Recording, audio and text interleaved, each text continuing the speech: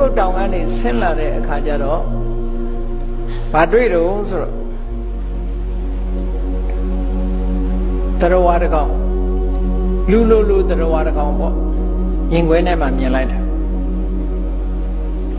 လူတွေစောင့်တဲ့မစင်တွင်းကြီးထဲမှာသူကခေါင်းထီအောင်မြုပ်ပြီးတော့ပင်မဆင်းရဲနေတဲ့မစင်တွင်းကြီးထဲမှာမြုပ်နေတဲ့မြုပ်လိုက်ပေါ်လိုက်မြုပ်လိုက်ပေါ်လိုက်ဖြစ်နေတဲ့အဲ့တတ္တဝါကြီးကိုသွားတွေ့တယ်မစင်နေတဲ့မြုပ်နေတဲ့ပုဂ္ဂိုလ်အော်ဟစ်ညည်းညူပြီးတော့မစင်နေတဲ့ကလည်းမထွက်နိုင်ဘူး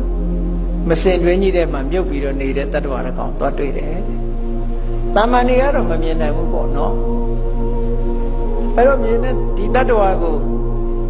မြတ်စွာဘုရားထံရောက်လို့မေးတဲ့အခါကျတော့ဘုရားဒီတတ္တဝါဟာတဲ့အရင်ဘဝတုန်းကသူတော်ဘာသားမယားကိုစော်ကားကျူးလွန်ပြီးတော့သူတော်ဘာသားမယားနဲ့ပျော်ခဲ့တဲ့ပုဂ္ဂိုလ်တဲ့ဒါကြောင့်မို့လို့မစင်တွင်းထဲမှာသူကံကြမ္မာကမစင်တွင်းနဲ့ပို့ထားလိုက်တယ်သူတသက်တာလုံးဟာမစင်တွင်းထဲမှာပဲသူနေရတယ်ပေါ့လောက်လို့အကောင်မျိုးဖြစ်တာပေါ့နော်သို့တော့လောက်မဟုတ်ဘူးသူကတရဝလူလိုတရဝတကောင်ဖြစ်ရတယ်ပေါ့အဲ့တော့ဘာပဲဖြစ်ဖြစ်ကိုလှုပ်လို့ကိုဖြစ်တာတွေကြီးပဲဒါတွေကနော်အတိတ်ဘဝကလှုပ်ခဲ့လို့ရှိရင်ဒါမျိုးမဖြစ်ဘူးလို့ပြောလို့မရဘူးဘာလို့လဲဆိုလှုပ်တော့ကကိုယ်စိတ်နဲ့လှုပ်တာလေကိုယ်စိတ်လို့ဆိုကြတဲ့ကကိုယ်ပိုင်တဲ့စိတ်ပဲကိုယ်ပိုင်တဲ့စိတ်ကနေပြီးတော့လှုပ်တာဆိုတော့ဒီအကျိုးကသူများကိုသွားပေးမှာမဟုတ်ဘူးကိုယ့်ကိုပဲလာပေးမှာပဲဒါကြောင့်မို့လို့ကံတရားဆိုတာကိုယ်နဲ့သာသက်ဆိုင်တယ်သူများနဲ့မသက်ဆိုင်ဘူးလို့သူပြောတယ်နောက်တစ်ခါဒါကြတော့အမျိုးသမီးတစ်ယောက်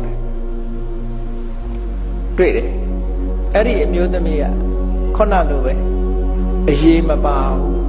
အပေါ်ကအရေးကုန်မပါဘူးအသားတစ်ကြီးလို့ဖြစ်ရဲနဲ့တကူလုံးကအရေးမပါအရေးမပါသည့်အတွက်ကြောင့်ဘာဖြစ်တော့ဆိုတော့အကောင်ဘလောင်တွေကအကုန်ကြိုက်ကြတာပေါ့နော်အင်တန်မှတနာเสียဖြစ်ပြီးတော့အကာအကွယ်မရှိဘူးပေါ့ရှင်ကောင်းတွေပါတယ်အကုန်လုံးကနေဝိုင်းအုံပြီးတော့လူမအရေးကုန်လေးကဖုံးထားလို့ကြည့်ပြောရှုပြောရှိနေတာအရေးကုန်လေးကိုခွာလိုက်လို့ရှိရင်အလုံးဟာနေရဲရဲကြီးပဲเนาะ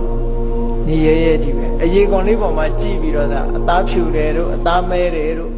လှတယ်တို့မလှဘူးနဲ့ပြောနေကြတာအရေးကုန်လေးခွာလိုက်ရင်တော့အရေးကြီးတွေကြီးပဲအကုန်ဟောဒီတတ္တဝါကလည်းပဲ